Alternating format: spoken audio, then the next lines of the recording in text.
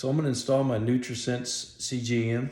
This is the first one I've ever done, so I'm not exactly an expert, but we're gonna do the best we can. First, you gotta do an alcohol wipe, clean it. Goes on the back of the arm. Gonna peel the cover. And already broke the seal on this, playing around with it. Now, what I'm gonna do here, it says push this down. Looks like it's only, oh, okay. It's got little arrows that you line up. It says push it down. Ooh, look at there. It's got a little thing to poke people with. Okay, so.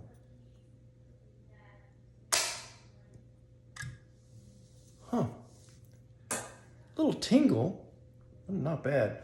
Reading on the forums, some people say occasionally it hurts, but this wasn't bad at all.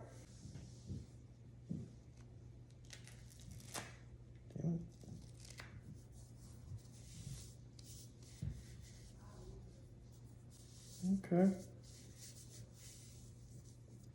Anyway, I'll check back with y'all tomorrow.